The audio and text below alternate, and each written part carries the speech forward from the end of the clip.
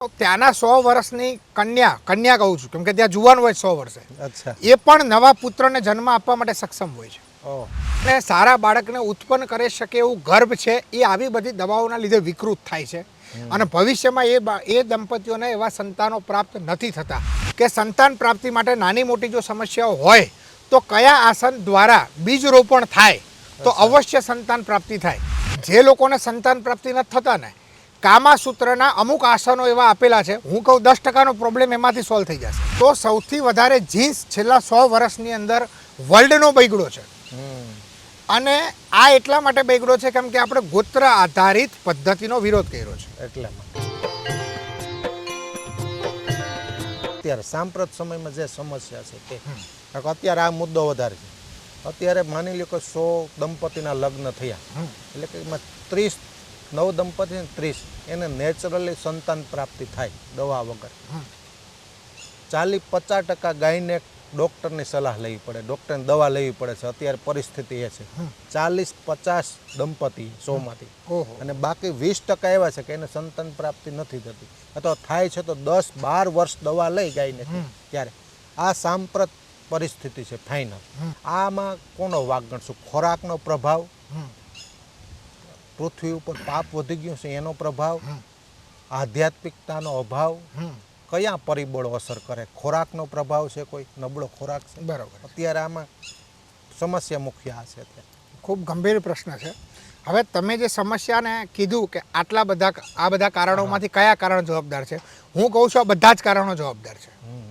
બરાબર છે. આજે આફ્રિકાના જંગલમાં પણ જનજાતિ રહે છે, એના ડીએનએમાં 1000 વર્ષથી તાવ પણ નથી, નેચરલ સંતાન થાય છે. બીજું કે આજની પેઢીને હું કહું કે તમારે સૌથી પહેલાં છે ને એક વખતે એક ઋષિમુનિ છે વાત્સાયન ઋષિ, એનું કામાસૂત્ર વાંચવું જોઈએ. અચ્છા. જે લોકોને સંતાન પ્રાપ્તિ નથી થતા ને કામાસૂત્રના અમુક આસનો એવા આપેલા છે, હું કહું 10%નો પ્રોબ્લેમ એમાંથી સોલ્વ થઈ જશે. અચ્છા.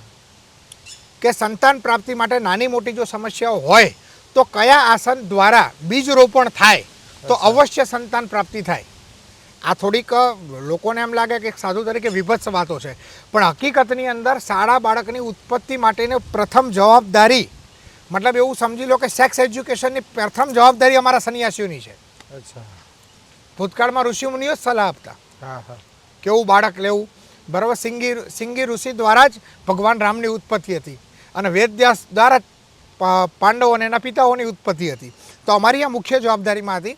તો હું તો કહું છું કે કામાસૂત્ર પુસ્તક જો ઓરિજિનલ તમને મળી જતું હોય, સોશિયલ મીડિયા ઉપર બધા ઉપર અવેલેબલ છે, તો એનું તમે વાંચન કરો એટલે મળી જશે. બીજું કે સંતાનો નથી થતા અને થાય છે એની અંદર જન્મજાત બીમારીઓ વધી છે. તો વર્લ્ડનું જે સંશોધન છે, બરાબર છે, એના એક તારણ પ્રમાણે એવું કહી શકાય કે હજારો વર્ષોથી જે આપણો જીન્સ બગડ્યો નથી ને એટલો છેલ્લા 100 વર્ષમાં બગડ્યો છે. ધારો કે પેઢીની અંદર જન્મજાત કોઈ બીમારી સાથે જન્મવું, થેલેસેમિયા બીમારી સાથે જન્મવું, મતલબ એને દર મહિને લોહી ટ્રાન્સફર કરાવવાનું. હવે એને તમે કોઈ કન્યા સાથે લગ્ન કરાવો એટલે એની પત્નીને 100% થેલેસેમિયા થાય, એના બાળકોમાં થેલેસેમિયા આવશે. એટલે એ આખું બ્રીડિંગ તો બગડી ગયું, એ આખો વંશ બગડી ગયો. તો સૌથી વધારે જીન્સ છેલ્લા 100 વર્ષની અંદર વર્લ્ડનો બગડ્યો છે. અને આ એટલા માટે બગડ્યો છે કેમ કે આપણે ગોત્ર આધારિત પદ્ધતિનો વિરોધ કર્યો છે. એટલા માટે સૌથી હિંસક લોકો આજે ઇસ્લામિક છે. શું કામ? સેમ ગોત્રમાં લગ્ન, કાકાની દીકરી જોડે લગ્ન, માસીની દીકરી જોડે લગ્ન છે. એ લોકોમાં સૌથી વધારે માનસિક બીમારી છે, સૌથી વધારે માનસિક વિકૃત વર્લ્ડમાં ઇસ્લામ છે. વૈચારિક રીતે અને બીજી વિભત્સ ક્રિયાઓના રીતે સૌથી વધારે બળાત્કાર પણ એમાં છે, બહાર નથી આવતા. બરોબર છે. અને કેટલા વૈજ્ઞાનિકો પેદા થયા એમાં અબ્દુલ કલામને બાદ કરતા.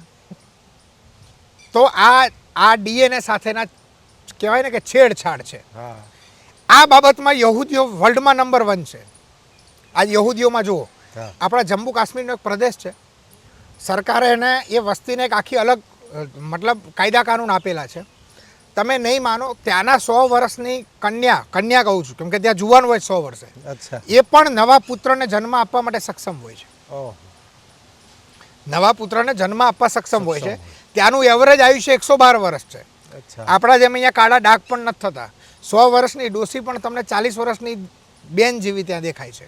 અચ્છા. કેમ કે એ લોકો પોતાના ગોત્ર અને ડીએનએ સાથે ચેનચાળા કર્યા નથી. એવું કહી શકાય કે એ જનજાતિ રહે ને એ મનુષ્યની ઓરિજિનલ બ્રિડિંગ વર્લ્ડમાં ક્યાંય ઉપલબ્ધ હોય ને તો એ આપણા જમ્મુ કાશ્મીરમાં છે. જમ્મુ કાશ્મીરમાં છે, થોડી વસ્તી અને થોડી હિમાચલ પ્રદેશમાં છે. હવે સોશિયલ મીડિયાના લીધે એ બધી સ્ત્રીઓના કે બધી દીકરીઓના વિડીયોને આવતા થયા છે. બીજી વસ્તુ કે સંભોગના જ્ઞાનનો અભાવ. કેમ કે તમે ને હું જેમાંથી પેદા થયા છીએ બરાબર છે, એ વિષય સમાજમાં બહુ સરળ હોવો જોઈએ. હા.